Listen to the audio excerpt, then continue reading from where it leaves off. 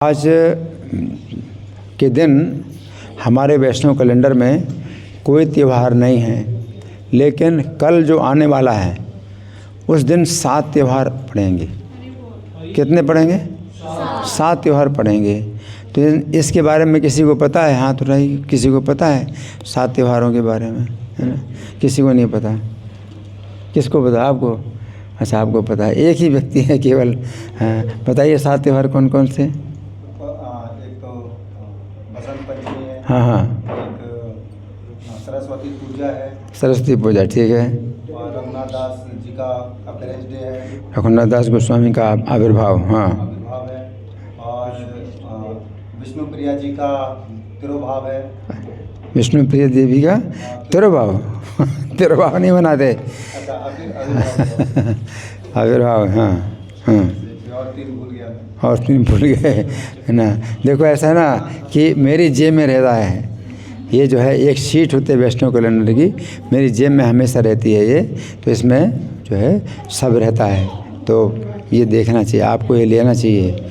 ये वैष्णव कैलेंडर एक ही पेपर में जो हमारे पास मुड़ा हुआ है ये रहता है। तो आप जो है यहाँ के जो भक्त हैं वहाँ से मंगा लो, शीट एक मंगा लो, उसकी फिर ज़्यादा आप कॉपी करके बांट दो। और ये त्यौहार जो कल आने वाला है त्यौहार, ऐसे दिनों में उन महापुरुषों की कृपा का द्वार खुला रहता है कि हम सीधे कृपा प्राप्त कर सकते हैं उनकी, है ना। तो बहुत बड़ा लाभ होता है। तो कल जो आने वाला है तो उसमें हम 7 की थोड़ी थोड़ी चर्चा करेंगे और फिर एक त्यौहार की कुछ विशेष चर्चा करेंगे। तो पहला तो है बसंत पंचमी। ये बसंत पंचमी जो कल आने वाली है, तो बसंत पंचमी जो दिन होता है वो बसंत ऋतु का दिन नहीं होता है। कल बसंत ऋतु का जो है दिन नहीं है।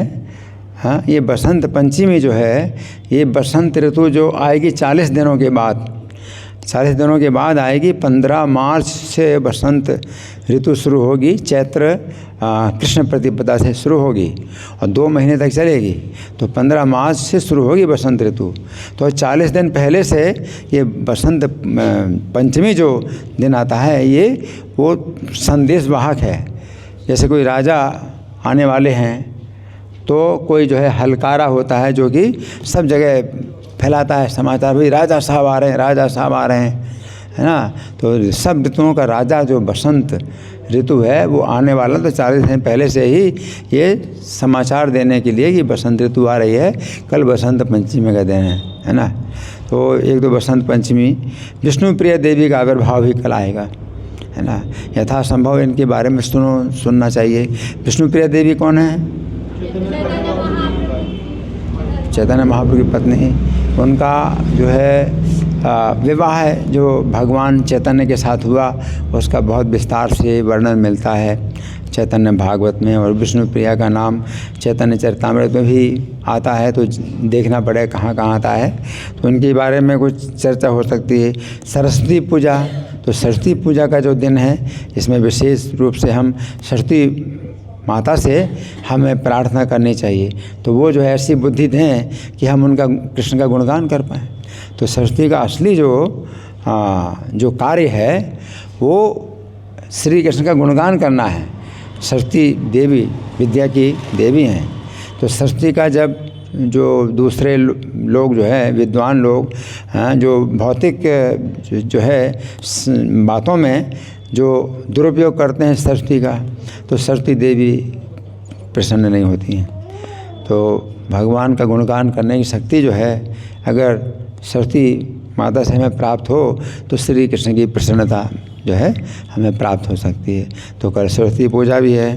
और शिला विश्वनाथ चक्रवर्ती ठाकुर का तिरुभाव दिवस है। तो विश्वनाथ चक्रवर्ती ठाकुर का हमारे वैष्णव कैलेंडर में तिरुभाव आता है, आविर्भाव नहीं आता। तो साल में एक ही दिन आता है विश्वनाथ चक्रवर्ती ठाकुर। तो विश्वनाथ चक्रवर्ती ठाकुर का हमारे जो भक्ति की मय जीवन में जो हमारा जो दैनिक कार्यक्रम है उसमें उनका क्या योगदान है, कौन बताएगा? गुरुवष्टकम प्रार्थना जो हम गाते हैं वो उन्होंने दी है। और हमारा दिन शुरू होता है ना, जो दिन शुरू होता है तो उसी प्रार्थना से वो उन्होंने दी है, प्रदान की है। तो विश्वनाथ चक्रवर्ती ठाकुर का कल तिरुभाव दिवस है। फिर पुंडरीक विद्यानिधि का कल आविर्भाव दिवस है। ये भी जो है हाँ, इनका तिरुभाव दिवस नहीं आता, तो साल में एक ही दिन आता है पुंडरीक विद्यानिधि का, उनके बारे में हम चर्चा करेंगे, है ना। और रघुनंदन ठाकुर का आविर्भाव दिवस है, तो ये जो है रघुनंदन ठाकुर ये मुकुंद के जो है पुत्र थे, और छोटा सा बालक है ना, तो मुकुंद जो है पिता मुकुंद अपने बालक को बोल के गए कि गोपीनाथ जी उनके घर के जो अपने हर्षा विग्रह थे मूर्ति, तो उनको जो है भोग लगा देना। तो उसने जो है मतलब सोचा, बालक सरल स्वभाव का बालक, तो उसने सोचा कि गोपीनाथ जी को भोग लगा देना, तो मतलब खिला देना।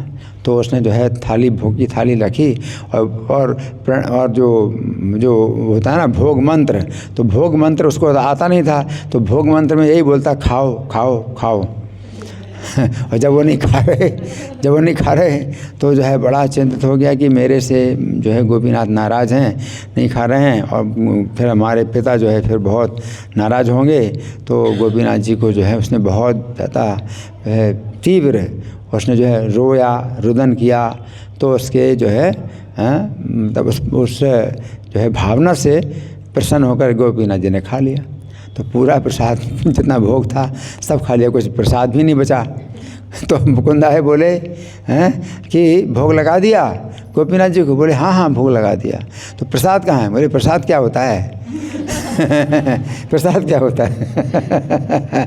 तो मुकुंद जो है थोड़ा लगा कि बालक है, सरल स्वभाव का है, तो बालक में सरलता होती है, तो ऐसा कुछ छल कपट तो होगा नहीं कि मतलब खा लिया हो।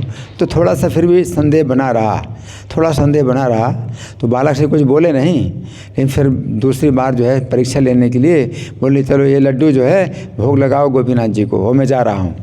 और छिप गए और देख रहे छिप करके कि कैसे भोग लगाता है, क्या गोपीनाथ जी खाते हैं क्या। और जब देखा कि गोपीनाथ जी को भोग लगाया, गोपीनाथ जी खा रहे थे, अरे और गोपीनाथ जी समझ गए कि देख रहा है वो, तो उन्होंने खाना बंद कर दिया, आधा लड्डू छोड़ा। तो गोपीनाथ को जो है वो ये रघुनंदन ने जो है मुकुंद को अपना पिता माना कि तुम मेरे पिता हो, तुमने जो है भगवान की भक्ति ऐसी की कि साक्षात भगवान को तुम खिला सकते हो। तो वो रघुनंदन ठाकुर का कल आविर्भाव दिवस भी है। और रघुनाथ दास गोस्वामी का आविर्भाव दिवस भी कल आएगा। रघुनाथ दास गोस्वामी 6 गोस्वामियों में से एक गोस्वामी है ना। तो उनका जीवन चरित्र बहुत दिव्य है। और राधा कुंड और श्याम कुंड की जो पक्के घाट बने हुए हैं वो उनके द्वारा बनाए गए। उनकी बड़ी जो है मतलब सेवा है, उनका बहुत जीवन जो है दिव्य है, चरित्र बड़ा दिव्य है। तो उनका तो जीवन चरित्र बहुत विस्तृत है। तो इस 7 त्यौहार में से हम चर्चा करेंगे पुंडरीक विद्यानिधि का, है ना। तो कल उनका आविर्भाव दिवस आने वाला है, ठीक है। तो पुंडरीक विद्यानिधि जो है ये चैतन्य महाप्रभु की लीला में प्रकट हुए, और ये जो है अवतार थे वृषभानु के। ब्रज लीला में जो वृषभानु थे वो गौर लीला में पुंडरीक विद्यानिधि हैं। तो वृषभानु जो ब्रज लीला में वृषभानु थे वो कौन है? श्रीमती राधा रानी के पिता, है ना। तो श्रीमती राधा रानी के पिता हैं स्वयं वृषभानु, जो कि गौर लीला में क्या है? पुंडरीक विद्यानिधि। पुंडरीक विद्यानिधि गौर लीला में ये हैं। तो इनके विषय में हम कुछ सुनेंगे, है ना। तो भगवान गौर सुंदर इनको कई बार पिता कह करके संबोधित किया करते थे। अब पुंडरीक विद्यानिधि की तो भावना थी भगवान चैतन्य के प्रति, सेवक की भावना थी। सेवक की अपने को सेवक मानते थे, और उम्र में तो बड़े थे ही भगवान चैतन्य से, उम्र में वो पिता की तरह तो बड़े थे ही, है ना। लेकिन अपने को भगवान चैतन्य महाप्रभु का सेवक मानते थे। लेकिन ये जो है भगवान चैतन्य कई बार वो रोते थे तो पिता पिता कह करके रोते थे, हे पिता पुंडरीक, हे पिता पुंडरीक, इस तरह से रोते थे, है ना। तो सोचिए कि इनका कितना महत्व है कि जिनके लिए भगवान जो है पिता पिता कह करके रोते हैं। और भगवान पिता कहे क्यों रोते हैं? राधा भाव में। चैतन्य महाप्रभु क्या है? श्री कृष्ण चैतन्य, राधा कृष्ण नाहियन। तो भगवान कृष्ण ही हैं जो राधा के भाव में है, तो वो चैतन्य महाप्रभु। तो राधा के भाव में वो क्या है? तो राधा रानी के पिता हैं ये, तो इसलिए पिता पिता कह करके रोते थे, है ना। तो ये जो है विद्यानिधि है, इनको जो है प्रेम निधि भी कहा जाता है, विद्यानिधि भी कहता है। पुंडरीक विद्यानिधि पूरा नाम है, लेकिन कई बार इनको प्रेम निधि भी कहा जाता है, और विद्यानिधि तो है ही हैं। तो ये जो है आचार्य निधि, हाँ, प्रेम निधि, आचार्य निधि, विद्यानिधि, 3 नाम हैं, है ना। तो कभी कर्णपुर इन्हें वृषभानु राजा कहते हैं, कि मतलब जो गौर गलोदेश दीप का एक पुस्तक है, जिसमें गौर लीला में जो भक्त हुए वो पहले ब्रज लीला में क्या थे उनका जो है नाम आता है। तो इनका जो है नाम आता है, ये ब्रज लीला में वृषभानु है ना। वृषभानु तयाख्याता प्रायः ब्रजमंडले अधुना पुंडरीकाक्षो विद्यानिधि महाशया। गौर गणोदेश दीपिका का 54वां श्लोक है ये। उसमें ये बताया गया है कि वृषभानु तया तथा ख्याता, कि वृषभानु के नाम से जो प्रसिद्ध थे ब्रजमंडल में, तो इस समय वो पुंडरीक विद्यानिधि के नाम से जो है प्रसिद्ध हुए हैं, है ना। और माधवेंद्रपुरी के शिष्य थे ये पुंडरीक विद्यानिधि, माधवेंद्रपुरी के शिष्य हैं। गौर लीला में ये माधवेंद्रपुरी के शिष्य हैं। और माधवेंद्रपुरी चैतन्य महाप्रभु के कौन है? गुरु हैं, गुरु के गुरु हैं। माधवेंद्रपुरी चैतन्य महाप्रभु के गुरु हैं। चैतन्य महाप्रभु के गुरु कौन है? ईश्वरपुरी के गुरु हैं, है ना। तो एक प्रकार से चैतन्य महाप्रभु के गुरु के समान हैं। तो जैसे ब्रज लीला में राधा रानी के पिता थे, तो गौर लीला में चैतन्य महाप्रभु के गुरु के समान हैं। एक मतलब पिता के समान, गुरु के समान, तो मतलब हैं तो उसी मतलब ऊपर की पीढ़ी में है ये, है ना। और गदाधर पंडित ने इन्हें गुरु रूप में वर्ण किया है।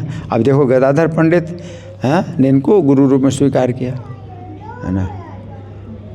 तो राधा रानी ही जो ब्रज में राधा रानी, वही गौर लीला में गदाधर पंडित हैं। तो राधा रानी के जो पिता थे इस गौर लीला में, वो राधा रानी के गुरु, है ना, राधा रानी के गुरु हैं, है ना। इनके पिता का नाम बाणेश्वर था, हाँ, और माता का नाम था गंगा देवी। पिता का नाम बाणेश्वर, किसके पिता? पुंडरीक विद्यानिधि के पिता बाणेश्वर, और माता का नाम गंगा देवी। इनकी पत्नी का नाम था रत्नावती। क्या नाम था? हाँ, रत्नावती था ना। तो चट्टगांव के 6 कोस उत्तर में हाट हजारी थाना से 1 कोस पहले मेखला गांव में इनका जो है जन्म स्थान हुआ। तो इनका जो भजन मंदिर है मेखला गांव में, अभी तो काफ़ी मतलब वो हो गया है, जीर्ण अवस्था हो गया है। हाँ, इतना पुराना, चैतन्य महाप्रभु के भी पिता के समान है। उनका जो मंदिर है वो अब क्या हो गया है, जीर्ण अवस्था में। अगर कोई देखभाल नहीं होती है तो सब मकान जो है हो जाता है, जीर्ण हो जाता है, जीर्ण शीर्ण हो जाता है ना। तो वृंदावन दास ठाकुर ने पुंडरीक विद्यानिधि का विशेष परिचय दिया है। क्या लिखा है? चाटी ग्राम है जन्म विप्र, परम है पंडित, परम है सधर्म सर्व लोग अपेक्षित। तो इस चाटी ग्राम में इनका जन्म हुआ था, और ये परम पंडित हैं। परम पंडित माने विशेष विद्वान, बहुत बड़े विद्वान, परम पंडित थे, हैं। और ब्राह्मण कुल में इनका जन्म हुआ है। तो पिछले जन्म में जो है गोप कुल में था, वैश्य थे, है ना। राधा रानी वैश्य कुल में जन्मी थी, है ना। और यहाँ इसमें अभी चैतन्य महाप्रभु ब्राह्मण कुल में जन्मे हैं, है ना। तो इनके जो संगी हैं सब ब्राह्मण कुल में। गौर लीला में जितने भी चैतन्य महाप्रभु संगी हैं वो ज़्यादा से ज़्यादा ब्राह्मण परिवार में पैदा हुए, है ना। तो सर्वलोक अपेक्षित है, तो सब लोगों की तुलना में जो है इनका जो है विशेष सम्मान था। कृष्ण भक्ति सिंधु माझे भाषे निरंतर, अश्रुकंप पुलक वेष्टे तय कलेवर। कृष्ण भक्ति के समुद्र में ये निरंतर डूबे रहते हैं, हुंडी बिहारी थी कैसे हैं, कृष्ण भक्ति के समुद्र में हमेशा डूबे रहते हैं और नेत्रों से अश्रुओं की धारा हमेशा बहती रहती है, शरीर में कंपन होता है और पुलकावली होती है। इस प्रकार से पूरे शरीर में उनका जो है मतलब ये भाव प्रेम के लक्षण प्रकट होते हैं। गंगा स्नान ना करे न पद स्पर्श भये, गंगा दर्शन करे निसारे समये। अब गंगा स्नान नहीं करते थे। अब देखिए किसी भक्त का कैसा भाव होता है ना।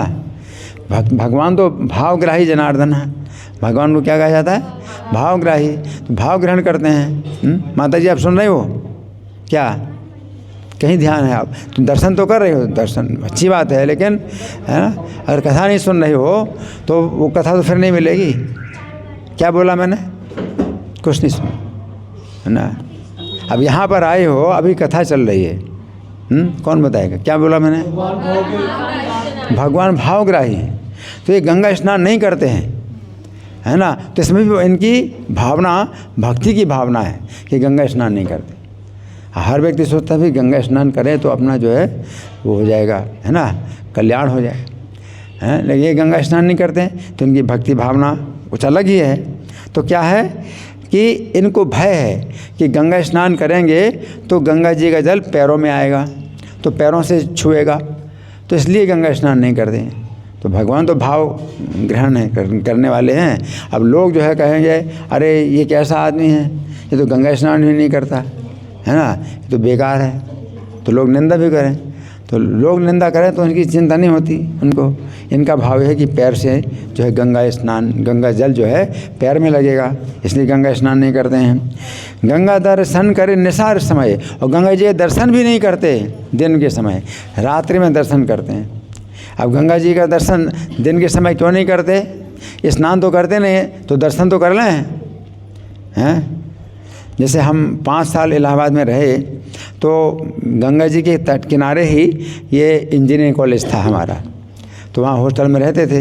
तो गंगा जी जो मतलब हमेशा घूमने फिरने के लिए आते तो गंगा जी का दर्शन करते थे। स्नान तो बहुत कम करते थे, लेकिन गंगा जी का दर्शन करना ही मतलब बड़ा आँखों को जो है सुख मिलता था। तो गंगा जी का दर्शन करना, गंगा जी के तट पर चलते रहना, किनारे पर चलते रहना, तो बड़ा अच्छा लगता था। वो स्थान बड़ा पवित्र स्थान था। तो दिन के समय अगर मान लो स्नान न करें तो दर्शन तो करें गंगा जी का है ना, गंगा जी के नारे ही अगर घर हैं इनका तो दर्शन करें। तो दिन के समय दर्शन नहीं करते, क्यों, इसमें भी भावना है। कैसी भावना है क्या, रात्रि के समय करते थे, दिन के समय क्यों नहीं करते थे। गंगा जे सब लोग करे अनाचार, कुलोल दंड धावन केस संस्कार।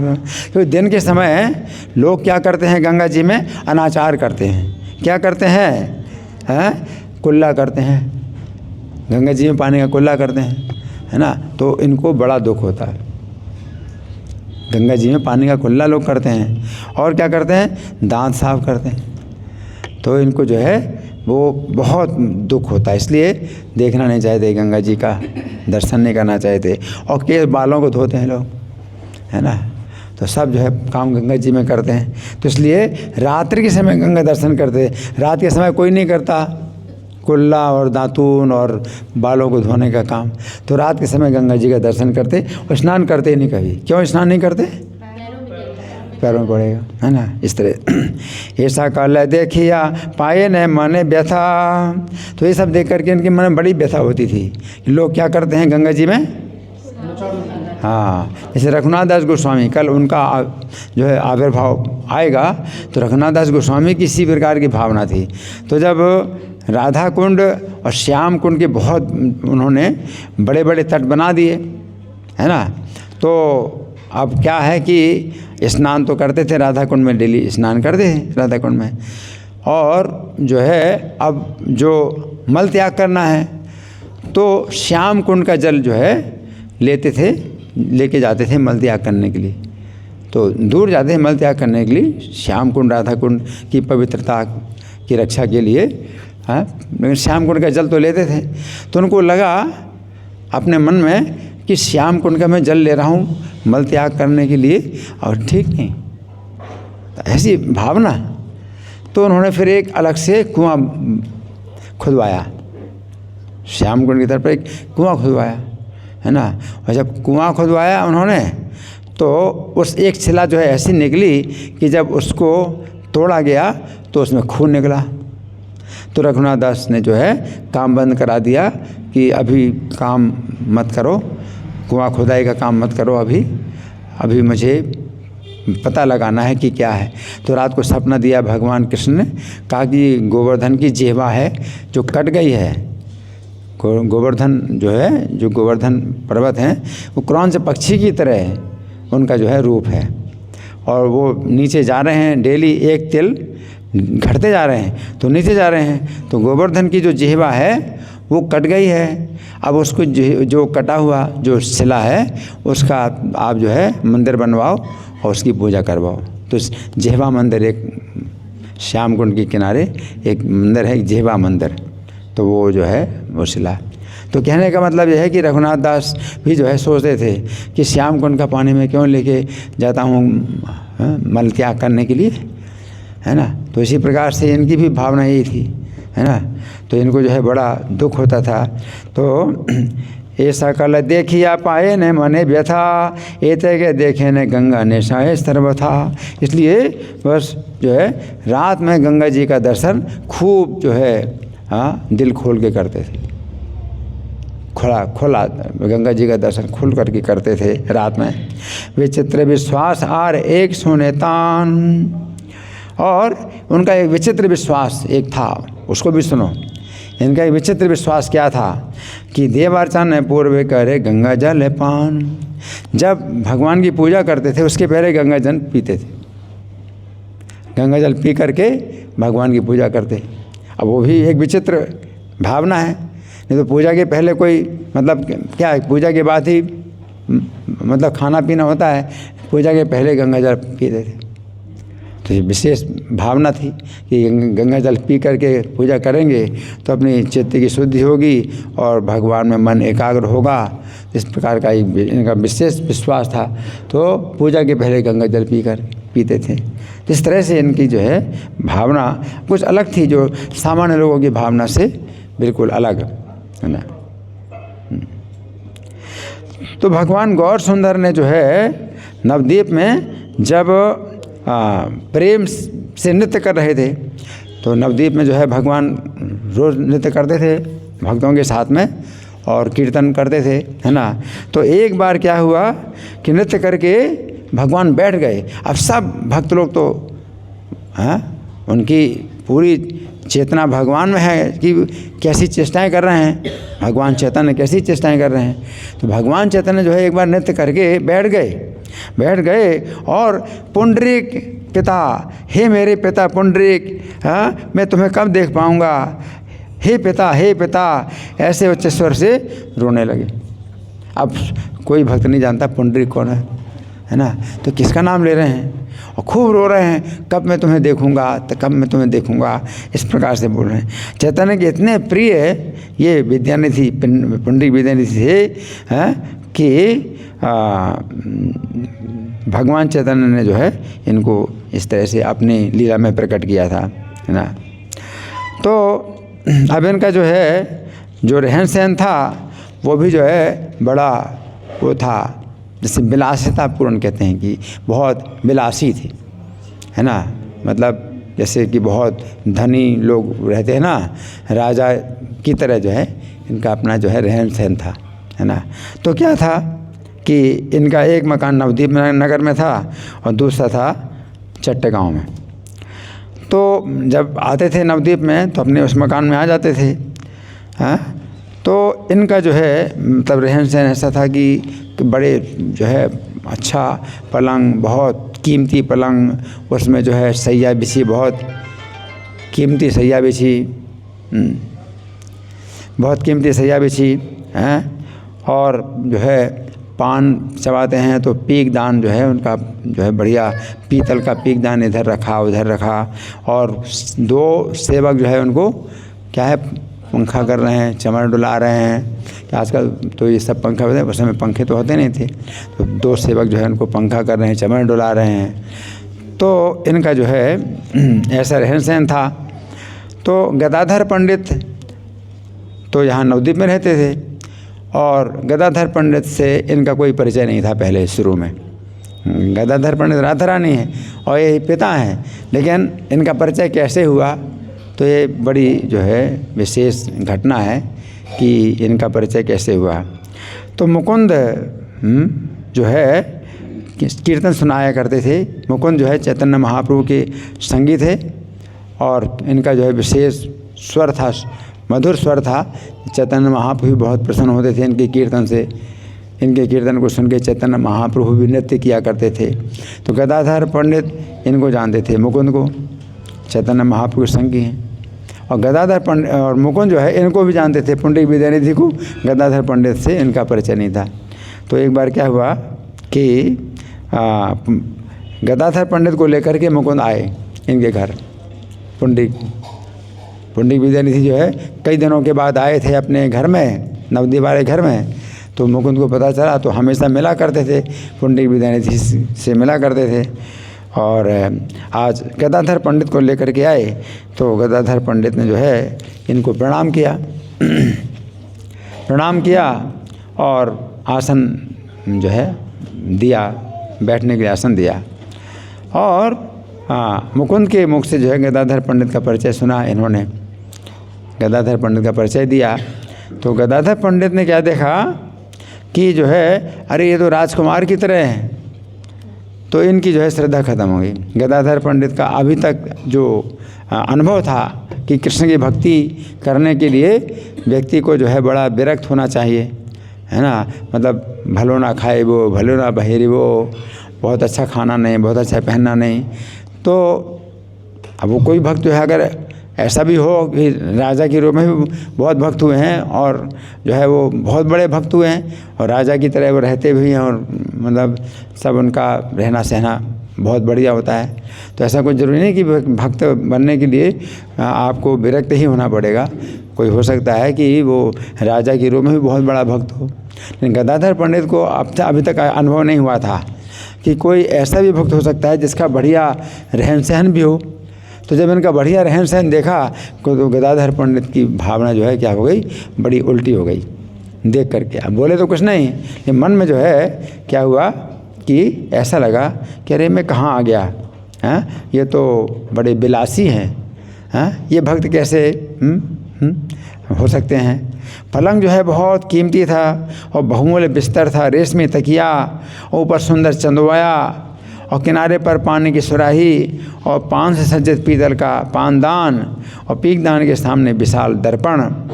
दोनों तरफ दो नौकर मयूर पंखों का पंखा लेकर हवा कर रहे हैं और लाट पर चंदन का जो है ऊर्ध्वपुंड तिलक है ना, और लाल बिंदु की शोभा है। तो गदाधर पंडित के मन में संशय उत्पन्न हुआ और मन में जो है विचार आ गया उल्टा, है ना, उल्टा विचार आ गया।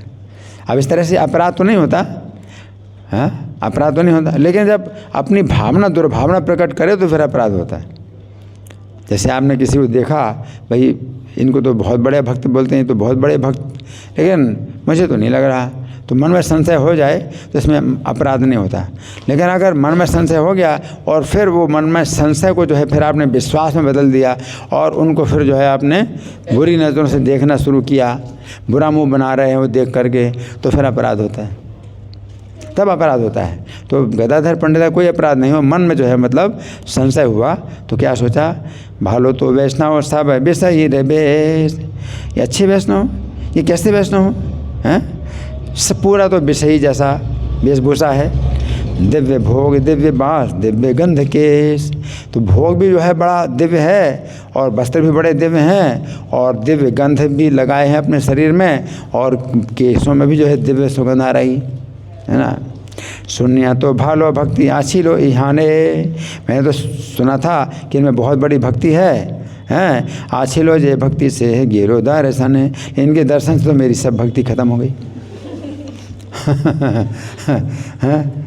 क्या मतलब, ऐसे उनको मन लगा। तो ये बहुत बचपन से विरक्त थे, गदाधर पंडित विरक्त थे। तो मुकुंद जो है समझ गए गदाधर की मन को और मुकुंद ही लेके आए थे और कहे कि आए थे कि तुमको जो है आज बहुत अच्छे वैष्णव के दर्शन कराएंगे तो मुकुंद को विशेष लगता था कि भाई गदाधर पंडित को देख करके तो चेहरा समझ गए कि चेहरा मन का दर्पण है। कहते हैं face is the index of mind, हैं।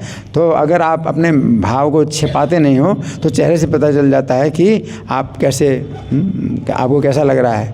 तो गदाधर पंडित के भाव को समझ गए। क्या समझ गए कि इनको देख करके गदाधर पंडित के मन में क्या आया कि ये जो है भक्त तो हो ही नहीं सकता, हैं। और इनकी भावना एकदम जीरो हो गई। गदाधर पंडित को भी लगा कि मेरा अपराध भी हो रहा है ना।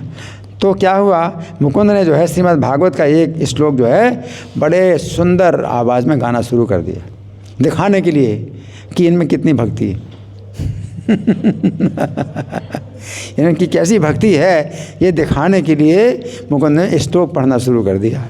आहा, वो श्लोक जो है श्रीमद् भागवत कहा था, अहो बकीयम स्तन कालकूटम जिघांसया पायदप्य साध्वी ले भेगतिम धातृजिताम दतोन्यम कम वा दयालुम शरणम ब्रजे में। तो ये श्लोक उद्धव जी कह रहे हैं, कृष्ण के विषय में कह रहे हैं कि कृष्ण जैसा दयालु और कौन है जिसकी हम शरण में जाएं। कृष्ण को छोड़ करके और कौन इतना बड़ा दयालु हो सकता है जिसके हम शरण में जाएं। कृष्ण कितने दयालु हैं कि जो बकासुर की बहन थी, कौन थी बकासुर की बहन? पूतना। बकासुर की बहन पूतना थी, स्तन में कालकूट लगा करके आई थी, हैं, और मार डालने के लिए आई थी और स्तन पिलाया। उनको भी जो है धात्री का पद दे दिया, माता के समान होती धाय, है ना, नर्स, वो पद दे दिया। तो इतने दयालु ये कृष्ण हैं, तो इनको छोड़ करके और कौन दयालु है जिसकी हम शरण लें। तो ये जो भावना का इतना मतलब तीव्र भावना है, कृष्ण के संबंध में इतनी तीव्र भावना है। जैसे ही सुना, पुंडरीक विद्याधर बहुत विद्वान थे, जैसे श्लोक सुना, आहा, इनका हाल जो है क्या हो गया, है ना, इनका हाल कैसा हो गया कि जो है प्रेम से पागल होकर के एकदम रोना शुरू कर दिया। किसने? पुंडरीक विद्याधर ने रोना शुरू कर दिया, प्रेम में पागल हो गए, रोना शुरू कर दिया। हाँ, कैसा होगा? आँखों से आंसू की धारा एकदम बह रही जैसे गंगा का अवतार हो गया हो। आँखों से ऐसी आंसू की धारा बहने लगी, अश्रु और कंपन, पूरे शरीर में कंपन और पसीना और मूर्छा और पुलकावली और हुंकार सब एक साथ। और क्या मतलब कि भूतल पर गिर गए, ऊंची आवाज़ में रोने लगे और कहने लगे कि हे कृष्ण, हैं, तुम जो है कैसे दयालु हो, तुम कितने दयालु हो, हैं, और लेकिन मेरे ऊपर फिर भी दया नहीं हुई। इस प्रकार से जो है रो रहे हैं, और कंपन इतना शरीर में हो रहा कि 10 लोग भी जो है उनको रोक नहीं पा रहे हैं। शरीर इतना काँप रहा है, 10 आदमी मिलकर के भी उनको रोक नहीं पा रहे हैं। और इस तरह से जो है गदाधर पंडित ने जब देखा इनका कि ये हाल है, तो बड़ा उनको जो है पश्चाताप हुआ कि मैंने तो बड़ा अपराध कर दिया। अपराध बिल्कुल नहीं हुआ था, लेकिन मुकुंद ने जो है इनके भाव को जो है समझ लिया, तो दिखाया कि मतलब ये कितने बड़े भक्त हैं, है ना। तो अब जो है गदाधर पंडित को जो है क्या लगा, मेरे से बहुत अपराध हो गया, मेरे से बड़ा अपराध हो गया। हेनो महाशय आमी अवज्ञा करीनो, कौन बा अशुभ खाने देखी थे आई लूँ। तो मैंने तो इन महाशय की बहुत अवज्ञा कर दी, हैं। ये कौन से अशुभ क्षण में मैं आया था इनका दर्शन करने कि मेरे मन में इस तरह का गलत जो है विचार आ गया। गदाधर पंडित ऐसे सोचने लगे, है ना। गदाधर पंडित मुकुंद से कहने लगे, मुकुंद आमार तुम कैले बंधुकार्य देखा ले भक्त विद्या निधि भट्टाचार्य। तो मुकुंद तुम मेरे बहुत बड़े बंधु हो, तुमने इनकी भक्ति मुझे दिखा दी। तुम मेरे बहुत बड़े बंधु हो, तुमने मेरी बड़ी रक्षा कर ली, इनकी भक्ति दिखा दी मुझे, हैं। हाँ, मुकुंद आमार तुम्हें कैले बंधुकार देखा ही ले भक्त विद्यानिधि भट्टाचार्य। ये विद्यानिधि है, कितने बड़े भक्त हैं, आपने मुझे दिखा दिया। ये मत वैष्णव के वहाँ आछे त्रिभुवन, इनके जैसे वैष्णव क्या तीनों लोक में हो सकता है? इनके जैसे वैष्णव तीनों लोगों में क्या हो सकता है? त्रिलोक के पवित्र है भक्ति दर्शन है।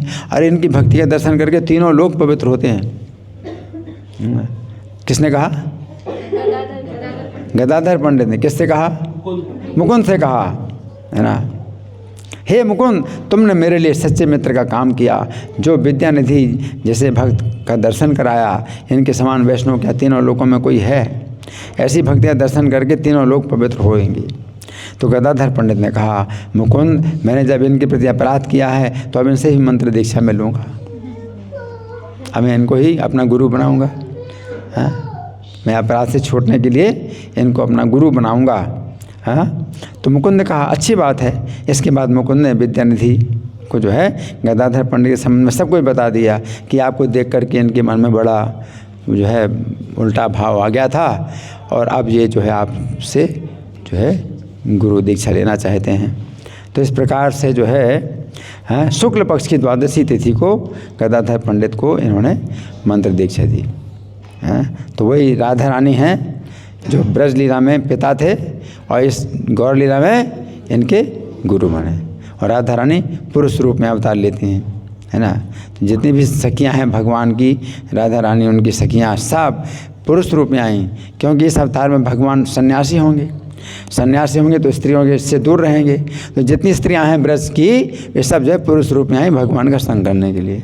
तो राधा रानी भी गदाधर पंडित के रूप में सब पुरुष रूप में हैं। तो इस तरह से जो है एक दिन पुंडरीक विद्यानिधि रात को सबकी दृष्टि से बच करके गौर सुंदर के निकट आए अकेले, चैतन्य महाप्रभु के निकट आए अकेले, है ना। और आनंद से प्रभु के चरणों में मूर्छित होकर गिर गए और क्रंदन करते हुए कहने लगे, हे कृष्ण, मैं अपराधी हूँ, मुझे आप और कितना दुख दोगे? हाँ, आपने समस्त संसार का उद्धार किया, केवल मुझे ही छोड़ दिया। अब जो ये भावना है भक्ति की, भक्ति की ऐसी भावना होती है कि अपने को भक्त नहीं मानता। पंडित विद्यानिधि इतने बड़े भक्त हैं, अपने को भक्त नहीं मानते। और चैतन्य महाप्रभु चरणों में गिर करके क्या बोले, आपने पूरे संसार का उद्धार कर दिया, मुझे छोड़ दिया। इस प्रकार से रो रहे हैं, इस प्रकार से रो रहे हैं, है ना, है ना। आप मुझे कितना दुख दोगे? कहते हैं, मैं अपराधी हूँ, आप मुझे कितना दुख दोगे? आपने पूरे संसार का उद्धार किया है, केवल मुझे छोड़ दिया। इतना जो है रोते हैं, इतना चैतन्य महाप्रभु के चरणों में गिर करके, है ना। तो गौर सुंदर ने इनको अपनी गोदी में उठा लिया, अब पिता के समान है, अपनी गोदी में उठा लिया। और जो है सब भक्त लोग पहचान गए कि यही हैं पुंडरीक जिनका नाम ले करके ये रोते थे। कौन है ये? हैं, सब भक्त लोग पहचान गए हैं। तो फिर गौर सुंदर ने कहा, चैतन्य, आज कृष्ण वांछा सिद्धि करिला अमार। अब चैतन्य महाप्रभु क्या कहते हैं, है ना, कि आज कृष्ण ने मेरी इच्छा पूरी कर दी। चैतन्य महाप्रभु कहते हैं, इनको गोद में लिटा लिया और चैतन्य महाप्रभु कहते हैं, आज कृष्ण ने मेरी इच्छा पूरी कर दी। आज पाई लांग सर्व मनोरथ है पार, आज संपूर्ण मनोरथ का मैंने पार पा लिया। क्या? कि तुम्हारे दर्शन की, है ना। इस प्रकार से तो निद्रा से आज मैं बड़े शुभ क्षण में उठा हूँ, क्योंकि मैंने प्रेम निधि को अपनी आँखों के सामने देखा है। तो भगवान चैतन्य महाप्रभु जागे थे उस समय, और उसी समय ये जो है इनके चरणों में गिरे और आए, दर्शन करने के लिए आए, है ना। हाँ, तो सब भक्त लोग जो है हरि हरि ध्वनि करने लगे कि आज मिलन हुआ इनका, चैतन्य का पुंडरीक विद्यानिधि से मिलन हुआ, हरि हरि।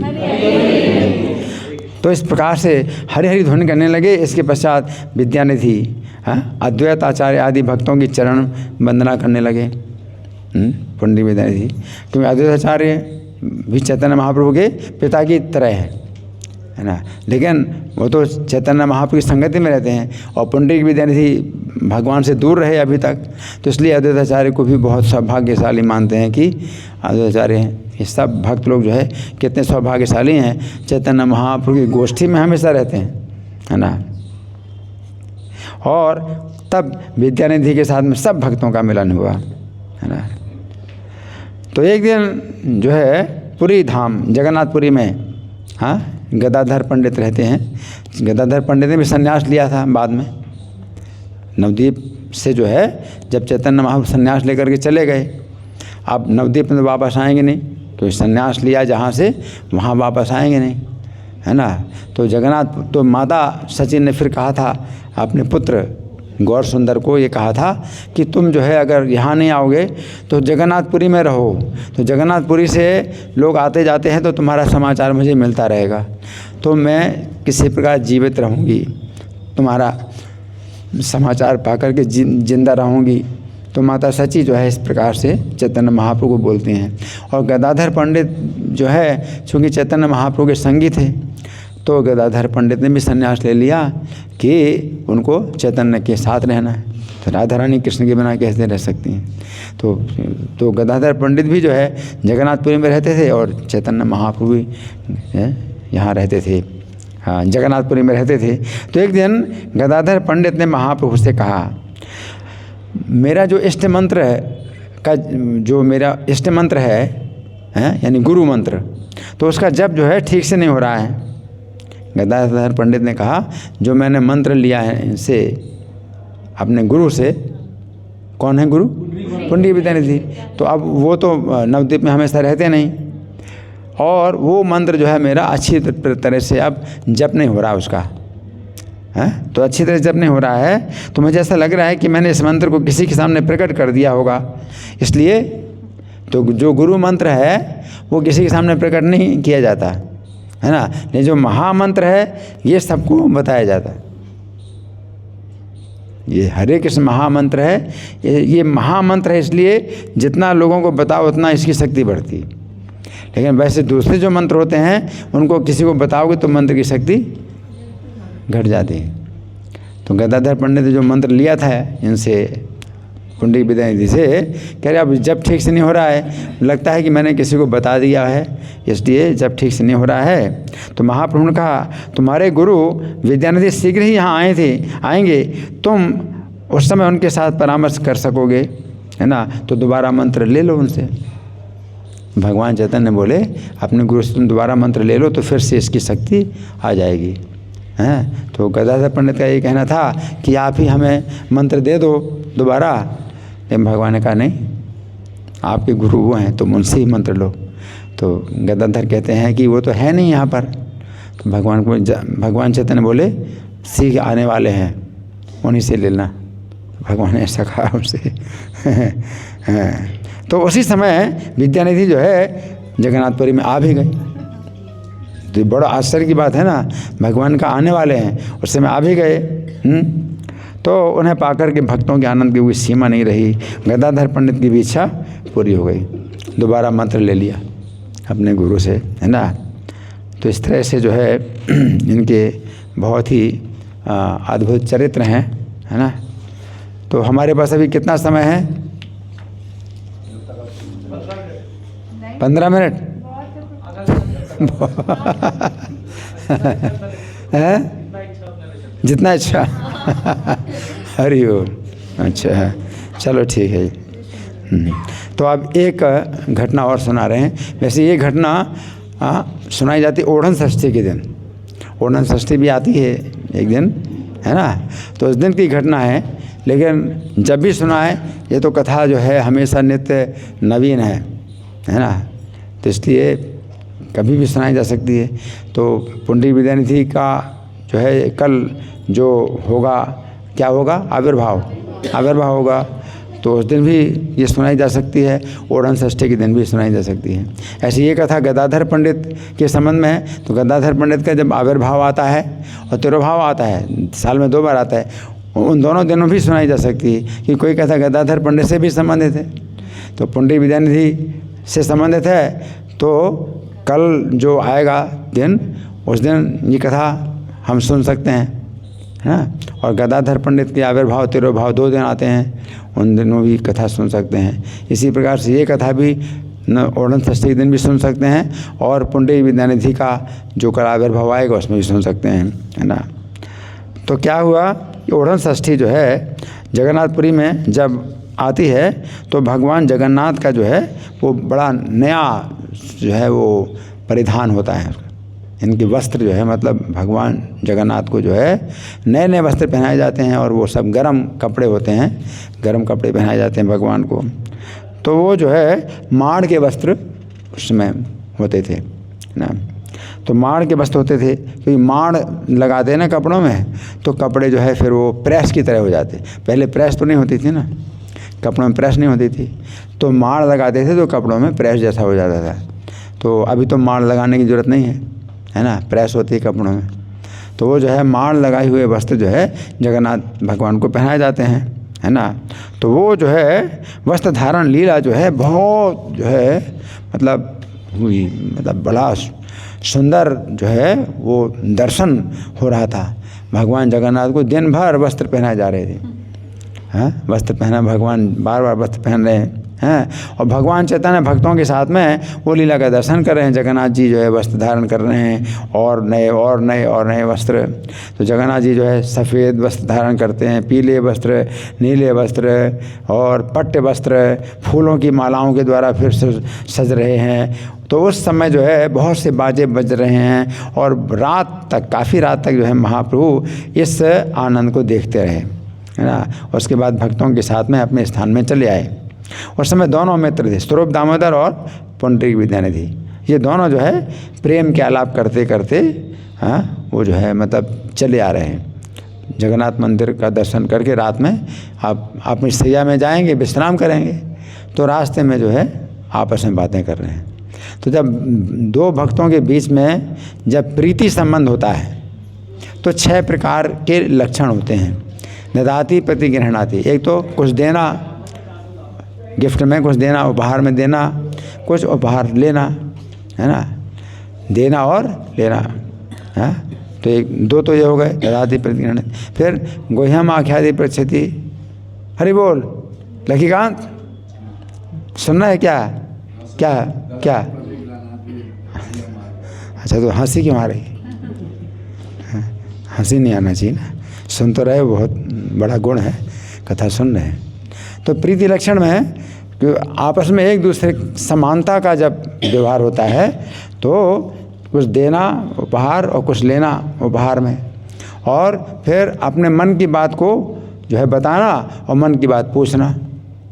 तो कोई छिपा नहीं रहता है, सब खुल करके अपने मन की बात पूछते भी और बताते भी। तो कितने हो गए?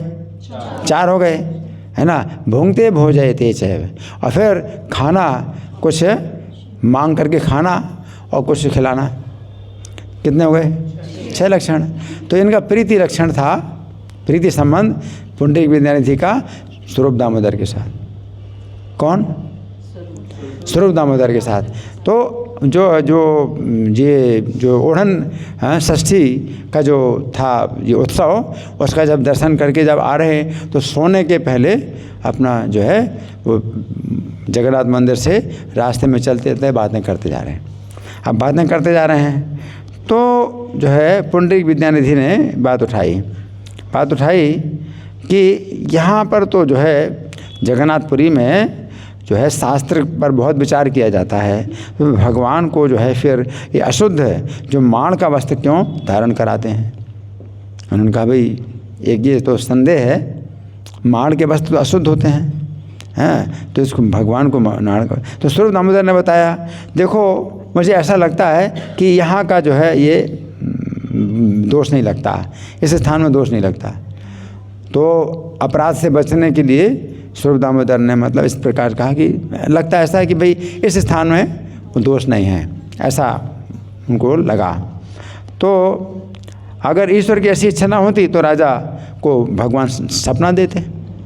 अगर कोई ऐसी गलती होती है जगन्नाथ जी की सेवा में तो रात को जो है जगन्नाथ जी राजा को सपना देते हैं कि ये गलती है, ये नहीं होना चाहिए, वो नहीं होना चाहिए, ऐसे डांटते भी हैं और राजा को सपना देते। तो स्वरूप दामोदर ने कहा अगर कुछ गलत होता, भगवान अगर समझते कि भाई ये गलत है तो राजा को सपना देते और राजा जो है फिर मना कर देते, है ना। तो राजा को सपना तो नहीं दे रहे हैं भगवान, तो ठीक है, भगवान को अगर अच्छा लगता है तो फिर क्या विचार करना कि भाई शास्त्र में क्या है क्या नहीं है। भगवान तो स्वयं जो है सबसे बड़े शास्त्र हैं, तो भगवान को जो है मतलब इसमें कुछ आपत्ति नहीं है। तो विद्यानिधि जो है अब फिर भी वो बोलते जा रहे हैं और उससे क्या है, अपराध होता है। अब वो बोलते जा रहे हैं, अब क्या बोले, ठीक है ईश्वर तो स्वतंत्र हैं, उनकी जैसी इच्छा वो कर सकते हैं, लेकिन सेवक हैं, पंडा हैं, वही अपवित्र वस्त्र क्यों पहनते हैं। अब वो जो है वो बोलते जा रहे हैं, तो वो यही साहस होता है कि कोई साहस करे ना तो वो अपराध बोलता जाता है। तो विद्यानिधि जो है फिर भी बोलते जा रहे हैं। तो क्या बोले कि ठीक है भगवान तो ठीक है, लेकिन जितने पंडा हैं, जितने सेवक हैं तो ये सब ये मान के वस्त्र क्यों पहनते हैं। मान के वस्त्र इतना अधिक अपवित्र होता है कि छू लेने से भी हाथ धोना पड़ता है। फिर राज कर्मचारी ना समझ हैं, इस पर ध्यान नहीं देते। और राजा ने भी मान के वस्त्र को सिर पर धारण किया था। अब स्वरूप दामोदर जो है फिर थोड़ा सा डर रहे हैं कि भाई कितना कितना बोलते जा रहे, कितने बोलते जा रहे। तो फिर उन्होंने रोका, फिर बोला, स्वरूप दामोदर ने कहा, अरे मेरे भाई, हो सकता है ओणम षष्ठी के दिन इस वस्त्र के में कोई नियम नहीं लगता है आज के दिन। तो उन्होंने पहले तो भाई इस स्थान का है, इस स्थान में दोष नहीं होता। अभी बोलते जा रहे, बोलते चलो आज के दिन, फिर हो सकता है आज के दिन ना दोष लगता हो तो ऐसे मान लो। तो स्वरूप दामोदर जो है चुप रहते हैं और कुछ बोलते हैं तो इस तरह से बोलते हैं कि भाई निंदा ना किया जाए। तो इस तरह से बोले। साक्षात भगवान जगन्नाथ है और यहाँ पर अगर विचार नहीं होता है तो फिर हम क्यों विचार करें, स्वरूप दामोदर ने कहा। तो विद्यार्थी फिर भी बोले, जगन्नाथ तो ईश्वर हैं, सब कुछ धारण कर सकते हैं, लेकिन इसका मतलब क्या है, ये सब लोग भी ब्रह्म बन गए क्या। ये पंडा हैं, सेवक हैं, राजा हैं, ये भी ब्रह्म हो गए क्या, है ना, विधि निषेध के पास चले गए क्या। तो इस तरह से जो है मतलब बोलते गए और पुंडरीक विद्याधीश आगे अपने सो गए, अपने कमरे में सो गए। अब सोए तो सपना में देखा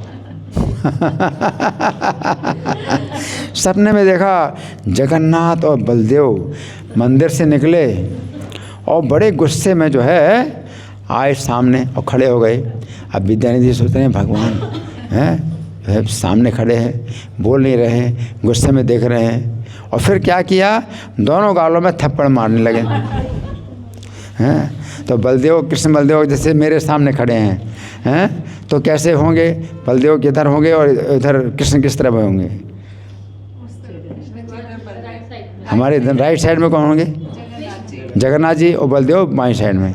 हाँ, क्योंकि बलदेव जी दाएं होते हैं, जगन्नाथ जी के दाएं तरफ होते हैं। तो दाएं तरफ मेरे दाएं तरफ जगन्नाथ जी और बाएं तरफ बलदेव जी, है ना। तो अब हाथ तो उनके मतलब है नहीं, लेकिन मारने के हाथ निकाल लिए, मारने के हाथ निकाल लिए, है ना, निकाल लिए।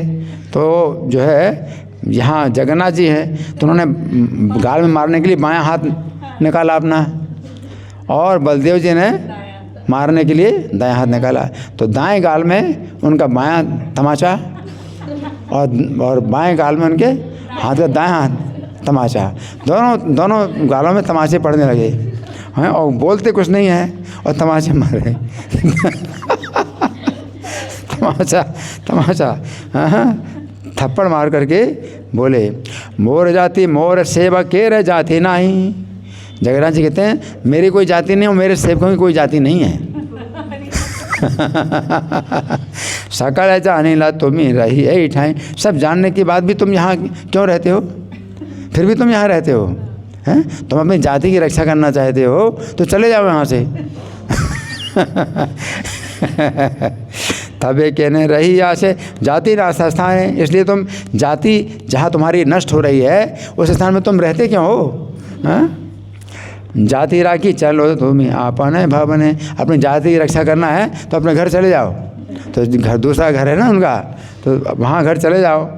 आप मिंजे कार्य आछी यात्रा रहे निर्बंध ताहते वो भाव अनाचार्य संबंध। तो मैंने स्वयं जो है जो जिस प्रकार से नियम बनाया है तो उसमें तुम जो है दोष निकाल रहे हो, है ना। तो जगन्नाथ जी जो है मतलब डांट रहे हैं, है ना। तो अब सपना था ये, और सपने में पुंडरीक विद्यानिधि जो है भगवान के चरणों में गिरे और रोते हुए जगन्नाथ जी के चरणों में बोले, हे नाथ, मैंने जैसा अपराध किया था वैसा दंड मुझे मिल गया है। जिस मुंह से निंदा की थी उसी में ही थप्पड़ पड़ गए। जैसा अपराध किया वैसा मुझे दंड मिल गया है। आज मेरे लिए परम शुभ दिन है, आपके हाथों से मेरे गाल छुए गए। मैं नहीं जानता किस जन्म में मैंने ऐसा सुकर्म किया था, तभी तो आपके हाथ का स्पर्श मुझे मिला है। तो इस प्रकार से सपने में भगवान जगन्नाथ ने ऐसी कृपा करके और फिर चले गए अपने मंदिर, है ना। अब वो सपना था या सत्य घटना, अब ये कैसे पता चले? तो ये सपना नहीं था, सत्य घटना थी। हालांकि सपने में आए थे, लेकिन वो चिन्ह जो है गाल के सब सूजे थे। तो उसमें भगवान ने ये बताया कि सपना नहीं समझना है। हाँ, नहीं तो सपना, क्योंकि सपने में आपको बहुत सा संपत्ति मिल जाती है, जागने में तो कुछ नहीं रहती है। तो कहे भाई सपना था, सपने में मुझे इतना धन मिला, करोड़ों रुपए मिल गए। लेकिन यहाँ तो जगन्नाथ जी की जो मार पड़ी सपने में, तो सब चने जो पूरे गाल फूले हुए उनके, है ना। तो इस प्रकार से जब सवेरे उठ करके देखा जगन्नाथ और बलराम के थप्पड़ों के कारण दोनों गाल सूजे हुए हैं। सपने की बात याद करके बड़ी लज्जा हुई। अब बड़ी लज्जा हुई उनको, ये किसको बताऊंगा, है ना, सब लोग देखेंगे क्या हो गया। तो बड़ी लज्जा हो रही। तो रोज़ स्वरूप दामोदर जो है प्रातःकाल उनके निकट आते थे और दोनों जगन्नाथ मंदिर में दर्शन करने जाते थे। अब रोज़ की तरह आज भी स्वरूप दामोदर आए और वहाँ पर देखा कि ये तो उठे ही नहीं, अब ये तो उठे नहीं है ना। तो उस दिन इतनी देर तक बिस्तर पर रहने का कारण स्वरूप दामोदर ने जानना चाहा। तो इन्होंने कहा कि पास में आओ तब बताऊंगा। तो पास में आओ तो बताऊंगा। और अलौकिक सपने का विवरण दिया। तो विद्यानिधि के मुख से सब कुछ सुनकर और सूजे गालों को देख करके स्वरूप दामोदर प्रभु आनंद सागर में गोते लगाने लगे। कि भगवान जो है। अब देखो, अगर मतलब ऐसी कृपा होनी चाहिए। अगर मान लो हम थोड़ी सी भी गलती करें और तमाचा मारे हैं भगवान, तो उनकी कृपा है ना, नहीं तो फिर उसका तो दंड बहुत ज़्यादा मिलेगा ना, है ना। वो कर्म दंड जो है वो यम दंड, यमराज के यहाँ जो दंड मिलता है वो बहुत ज़्यादा मिलता है ना। भगवान अगर दंड दे दें तो शिक्षा दंड अगर दें भगवान तो तमाचा तुरंत मारें, तो उनकी बहुत कृपा। तो यही भगवान कृपा सबके ऊपर तो नहीं करते ना, है ना। तो बहुत ही विशेष भक्ति ऊपर भगवान जो है अपनी ऐसी कृपा करते हैं। हैं, तो सुन करके देख करके तो आनंद सागर में गोते लगाने लगे। हैं, बहुत आनंदित हुए। कौन? स्वरूप दामोदर बहुत आनंदित हुए। उन्होंने कहा भगवान ने सपने में आकर किसी को दंड दिया हो, ये बात तो मैंने कभी नहीं सुनी। हैं, ये तुम्हारे साथ जो है जो भगवान ने कृपा करी है ये तो अपूर्व है, पहले कभी नहीं किसी के ऊपर की, हैं, कभी सुनी नहीं मैंने, परंतु आज तो प्रत्यक्ष देख रहा हूँ। तुम्हारे समान सौभाग्यवान तीनों लोकों में और कौन दूसरा हो सकता है, तीनों लोकों में। आपने तो साक्षात भगवान का हाथ का स्पर्श प्राप्त किया है। स्वरूप दामोदर आनंदित होकर विद्यानिधि प्रभु की प्रशंसा करने लगे। मित्र की संपत्ति देखकर मित्र को बड़ी प्रसन्नता होती। मित्र की संपत्ति देखी, है ना, तो प्रसन्नता होती। उसी तरह से पुंडरीक विद्यानिधि के सौभाग्य को देखकर स्वरूप दामोदर प्रभु अपने को भाग्यशाली मानने लगे कि तुम्हारा मित्र हूँ तो मेरा भी बड़ा सौभाग्य है कि मैं तुम्हारा मित्र हूँ, है ना। भगवान चैतन्य के बहुत प्रिय पात्र थे ये विद्यानिधि। गौर सुंदर उन्हें पिता कहकर कहा करते थे, है ना। तो इस तरह से हमने कुछ चरित्र सुना है इनका, है ना। तो इसमें ये बताया गया है कि इस कथा के बाद वो जो वृंदावन दास ठाकुर चैतन्य भागवत में क्या बताते हैं कि पुंडरीक विद्यानिधि चरित्र सुनीले अवश्यता हारे कृष्ण पाद पद्म मिले। हरि बोल। जो पुंडरीक विद्यानिधि का चरित्र सुनेगा उसे अवश्य ही श्री कृष्ण के चरण कमल प्राप्त होंगे। हरि बोल। तो ये जो है मतलब बहुत दिव्य कथा है ना, कल के लिए है ना, आज ही आपको हम सुना दी, है ना। वैसे तो कभी सुनो हर समय ये है, लेकिन उस दिन जो है इनकी विशेष जो है कृपा का द्वार खुला रहता है, तो पुंडरीक विद्यानिधि की भी कृपा मिलेगी। ठीक है ना।